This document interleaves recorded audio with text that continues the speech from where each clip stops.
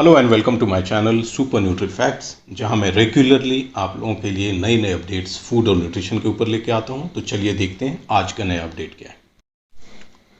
Friends, video में आगे बढ़ने से पहले मेरा एक रिमाइंडर है कि यदि आप लोग फूड और न्यूट्रिशन के ऊपर नए नए अपडेट्स रेगुलरली चाहते हैं तो हमारे चैनल सुपर न्यूट्री फैक्ट्स को सब्सक्राइब करें और साथ में बेल आइकन को दबाकर ऑल नोटिफिकेशन भी ऑन कर दें, ताकि हमारे हर नए वीडियोज़ की नोटिफिकेशन सबसे पहले आप तक पहुँच सके और आप अपने स्वास्थ्य को ट्रांसफॉर्म कर सकें।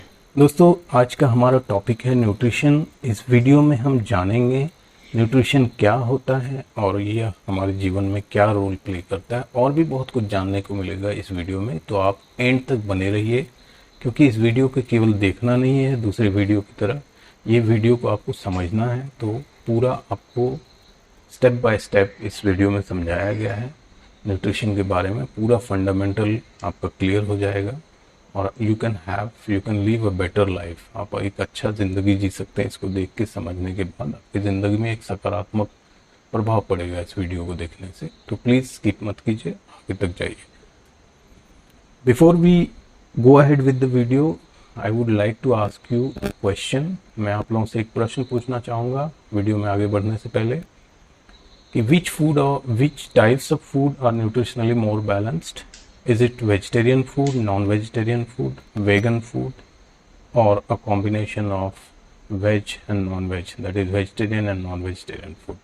फिर से क्वेश्चन रिपीट करता हूँ, which types of food are nutritionally more balanced? Vegetarian food 1 number, 2 number non vegetarian food, 3 number vegan food, 4 number में combination of vegetarian and non vegetarian food. आप इसका आंसर हमें कमेंट सेक्शन में दे सकते हैं। होने के बाद, पूरे आंसर्स पढ़ने के बाद, आपको नेक्स्ट वीडियो में इस प्रश्न का आंसर दे दूंगा। तो what is nutrition? The process of providing और obtaining every necessary for health and growth. आपको पता होगा न्यूट्रिशन एक एक्चुअली बहुत सारे प्रोसेसेस होते हैं इसमें। न्यूट्रिशन ऐसे ही नहीं मिल जाता। न्यूट्रिशन बोलने से जितना आसान दिखता है वो नहीं है। एक प्रोसेस है, पूरा chain of reaction, chain of processes बोल सकते हो, some of process through which आपको न्यूट्रिशन मिलता है। There are 5 steps involved in nutrition in human and animals. तो जैसे मैंने पिछले स्लाइड में आपको बताया कि न्यूट्रिशन केवल सुनने में इतना आसान लगता है, बट न्यूट्रिशन ऐसे ही नहीं मिल जाता। न्यूट्रिशन में 5 स्टेप्स हैं। Can you believe it? किसी भी ह्यूमन या एनिमल को न्यूट्रिशन 5 स्टेप कंप्लीट होने के बाद, 5 स्टेप कौन कंप्लीट करता है? फूड करता है। फूड, ह्यूमन बॉडी उस प्रोसेस को कंप्लीट करता है, या फिर एनिमल का बॉडी करता है। तो वो फूड है जो 5 स्टेप से ट्रेवल करके न्यूट्रिशन को रिलीज करता है ह्यूमन के बॉडी में, एंड देन वो चौथे स्टेप में रिलीज करता है, अब्जॉर्ब होता है, एंड देन वो 5वें स्टेप में स्टूल बन के बाहर आ जाता है। तो वही हम जानेंगे। इंजेशन पहला स्टेप है, जिसमें हम खाने को मुंह में डालते हैं, चबाते हैं, सलाइवा मिक्स होता है एंड स्वॉलो करते हैं। ये पहला स्टेप है। दूसरा स्टेप डाइजेशन है। जैसे हमारा सलाइवा मिक्स होकर खाना हम स्वॉलो किया, हमारे एलिमेंट्री ट्रैक्ट में चला गया, डाइजेस्टिव ट्रैक्ट में चला गया। वहाँ पे उसका क्या होता है, बड़ी मॉलिक्यूल्स जो हैं फूड के, वो छोटी मॉलिक्यूल्स में डाइजेस्टिव सिस्टम उसको ब्रेक करता है, उसको एब्जॉर्प्शन के लिए रेडी करता है। तो तीसरा स्टेप क्या है? एब्जॉर्प्शन। एब्जॉर्प्शन में क्या होता है? ये बेसिकली एब्जॉर्प्शन कौन से जगह पे होते हैं? छोटी आंत में होती है। बड़ी आंत और पेट, लीवर और बड़ी आंत के बीच में छोटी आंत होती है। छोटी आंत के वॉल्स पे सेल्स लगे होते हैं, पाइप्स जैसे होते हैं, आपको पता होगा। वो एकदम पतले पतले टाइनी सेल्स होते हैं। और अब्जॉर्प्शन के बाद शुरू होता है एसिमिलेशन। एसिमिलेशन अब्जॉर्प्शन के बाद रुकता नहीं है प्रोसेस, वहाँ से और आगे बढ़ता है और बॉडी की ब्लड में जाके मिक्स होता है ये जितने भी न्यूट्रिएंट्स हैं, और वो बॉडी के जिस पार्ट में जितनी ज़रूरत है ऑन रेगुलर बेसिस, वो ब्लड को पता है। ब्लड उसको हर बॉडी के पार्ट्स में लेके जाता है और उस पार्ट्स में जिसकी जो ज़रूरत है वो अब्जॉर्ब होता है, उस पार्ट में चला जाता है, काम में लग जाता है अपना। और उसके बाद लास्ट स्टेज आता है। ये तो हो गया पूरा प्रोसेस हमारा न्यूट्रिएंट अब्जॉर्ब होने का। अब न्यूट्रिएंट अब्जॉर्ब कहाँ से हुआ था? छोटी आंत से। उसमें से जितने भी न्यूट्रिएंट्स थे या फिर जूसेस थे वो जो बॉडी को ज़रूरत होती है अब्जॉर्ब हो गया। बचा क्या? सॉलिड पार्ट खाने का, अनडाइजेस्टेड या डाइजेस्टेड, वो एनस के थ्रू फिसीज के रूप में बाहर निकल जाता है। ठीक है, ये एजेशन बोलते हैं इसको। ठीक है, राइट। अभी यहाँ पे हम देखते हैं how to use the dietary choices to reduce the risk of disease. आपने न्यूट्रिशन तो मिल गया। अभी न्यूट्रिशन मिला तो न्यूट्रिशन मिलने के बाद और भी काम है। न्यूट्रिशन के बाद क्या है? न्यूट्रिशन को कैसे हम लोग सही तरीके से डाइटरी चॉइसेस को सही लेंगे तभी तो न्यूट्रिशन सही मिलेगा हर बॉडी पार्ट्स को। एज अ ह्यूमन होल बात करें यदि एक बॉडी ह्यूमन बॉडी को, तो न्यूट्रिशन सही तभी मिलेगा जब डाइटरी चॉइसेस सही से लेंगे। आप समझ रहे हो? चॉइसेस मतलब उसमें बहुत सारी चीज़ें हैं न्यूट्रिशन में। Carbohydrates, vitamins, proteins, fats, minerals, ये सब सही मिलना चाहिए। क्वांटिटी सही होनी चाहिए, सही मात्रा होनी चाहिए हर चीज़ की। वो बॉडी के हर पार्ट्स को, ऑर्गन्स को मिलना चाहिए। इसमें क्या है? Nutrients provide nourishment, carbohydrates, protein, fat, vitamins, minerals, fibres and water, all are nutrients. ये सब न्यूट्रिएंट्स हैं। Right balance of nutrient is critical for all of us. यदि न्यूट्रिएंट का राइट बैलेंस नहीं मिलेगा तो बॉडी सही से फंक्शन नहीं करेगी। वो प्रीसेट है। खाना जो हम खाते हैं उसमें न्यूट्रिएंट है, उसका अब्जॉर्प्शन होता है, लेकिन सही सिलेक्शन खाने का अपने डाइट में होना चाहिए जिसमें सब न्यूट्रिएंट जितनी मात्रा बॉडी को चाहिए उतना होना चाहिए या उसके आसपास होना चाहिए। If we don't have right balance of nutrients in our diet, risk of developing certain health conditions increases. यदि बैलेंस सही नहीं होगा, कुछ कम कुछ ज़्यादा, कुछ बहुत ज़्यादा कुछ बहुत कम, तो क्या होगा? इससे हेल्थ कंडीशंस इंक्रीज हो जाता है। जैसे हो गया ओबेसिटी, मोटे हो गए ज़्यादा, हाई ब्लड प्रेशर हो गया, या फिर बहुत कुछ और भी हो सकता है जो हम लोग डिटेल में कभी नेक्स्ट वीडियो में बात करेंगे। उसके ऊपर मैं एक सेपरेट वीडियो बना दूंगा कि हेल्थ कंडीशंस क्या क्या होता है जिसके तहत लोगों को तकलीफ हो सकती है या फिर उसका बॉडी ठीक से फंक्शन नहीं करता है। Neither too much not too little is good for our health. आप समझ रहे हो? बहुत ज़्यादा और बहुत कम किस चीज़ का? न्यूट्रिएंट्स का, प्रोटीन, कार्बोहाइड्रेट्स, विटामिन, मिनरल्स का। इन सब का बहुत ज़्यादा बहुत कम भी अच्छा नहीं है। It's almost impossible to obtain all the nutrients from a particular food item. एक ही आइटम आपने खा लिया, मान लीजिए आपने स्टेक खा लिया। फॉरेनर लोग खाते हैं स्टेक या ग्रिल्ड चिकन, थोड़ा राइस ले लिया साइड में, वेजिटेबल्स ले लिया, है ना। तो केवल यदि स्टेक दे दिया जाए, वेजिटेबल नहीं दिया जाए, राइस नहीं दिया जाए, तो स्टेक में सब न्यूट्रिएंट्स रहते हैं?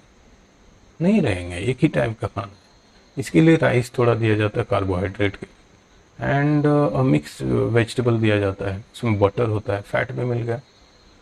मिक्स वेजिटेबल में सारे विटामिन्स और जो भी इसेंशियल विटामिन्स या मिनरल्स है वो मिल गया। मीट से प्रोटीन मिल गया और कार्बोहाइड्रेट मिल गया आपका जो बटर्ड राइस है, राइस से मिल गया।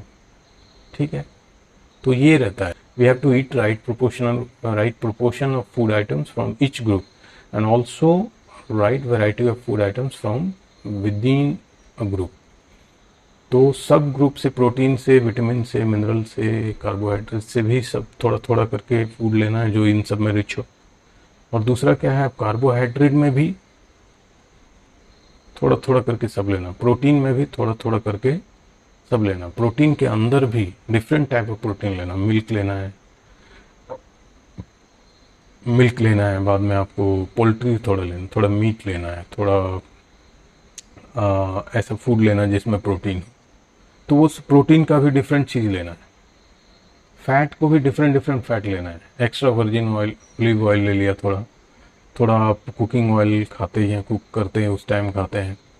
उसके बाद थोड़ा घी लिया, उसमें अच्छा वसा है, वो घी इज़ वेरी गुड। उसमें आपका कोलेस्ट्रॉल लेवल नहीं बढ़ता है, यदि प्योर घी है तो कोलेस्ट्रॉल आपका अच्छा कोलेस्ट्रॉल जो रहता है वो मिलता है आपकी बॉडी को, जिससे आपकी बॉडी अच्छा से फंक्शन करता है। We have to eat right proportion of food, drink adequate amount of fluid. When I say fluid मतलब वाटर है, एनर्जी नहीं है उसमें। वो एनर्जी पाने में बॉडी को हेल्प करता है, टेम्परेचर मेंटेन करने में हेल्प करता है, लेकिन वाटर के अंदर एनर्जी नहीं। तो ऐसी चीज़ें फ्लूइड का मतलब है। अब आप सॉफ्ट ड्रिंक पी लिया 2 गिलास, दैट्स नॉट गुड, उसमें बहुत सारा एनर्जी है।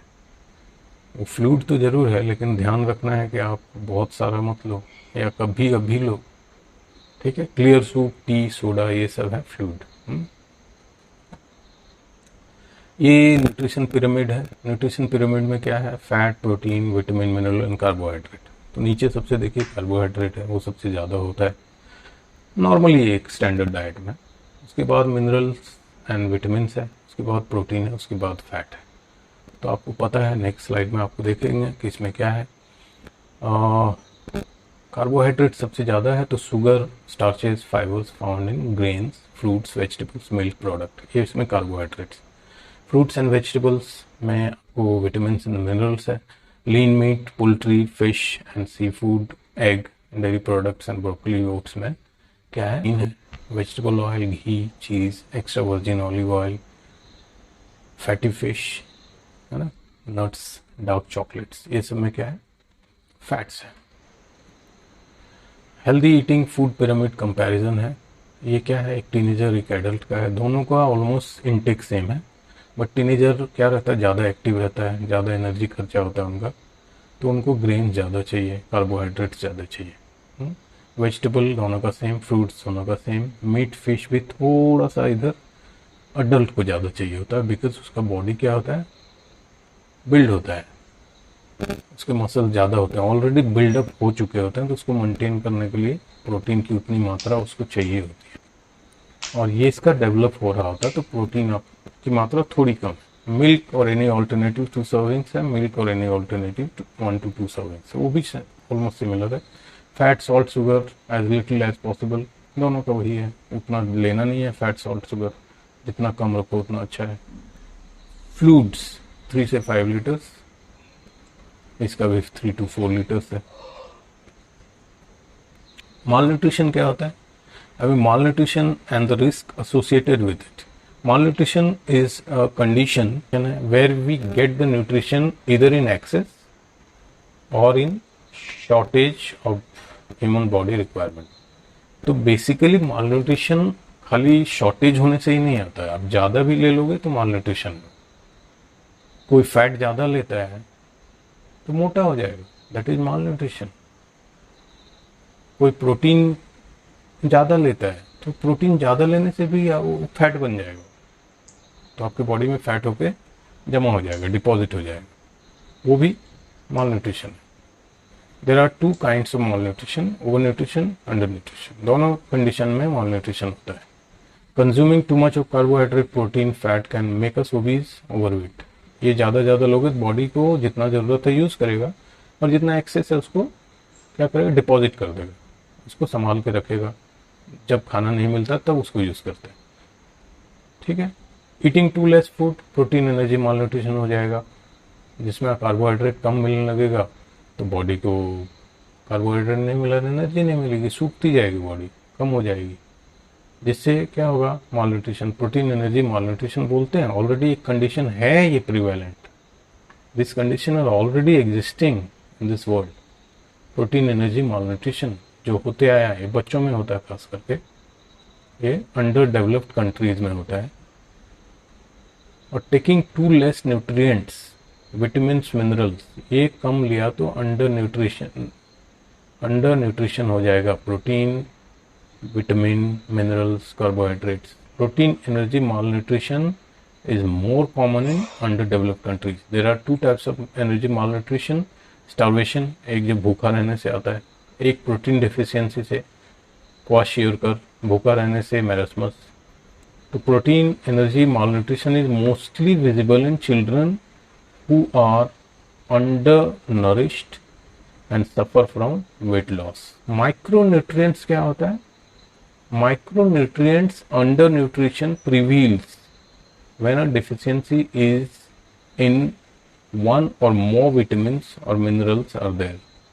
तो उसका डिफिशियंसी कम विटामिन्स या मिनरल्स आप डिफिशियंट हैं, यदि मिनरल्स या विटामिन जिसकी ज़रूरत है बॉडी को नहीं ले रहे हैं, जैसे विटामिन के है या कैल्शियम है या फिर आयरन है ना, आयरन है, वो सब नहीं ले रहे हैं तो आपको उस टाइप का डिजीज़ या उस टाइप का हेल्थ कंडीशन आ जाएगा।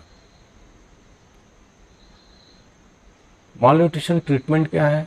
उसके लिए आपको डाइटरी एडजस्टमेंट करना पड़ेगा। डाइट में क्या जोड़ना क्या निकालना है, जो ज़्यादा ले रहे हैं उसको हटा दो, जो कम ले रहे हैं उसको बढ़ा दो। तो ऐसे करके डॉक्टर आपको सजेस्ट करेगा, खुद से मत करो, डॉक्टर आपको या डाइटिशियन आपको बता देगा क्या आप में कम है, क्या आपको ज़्यादा ले रहे हैं या कम करना है, या फिर कम ले रहे हैं ज़्यादा करना है।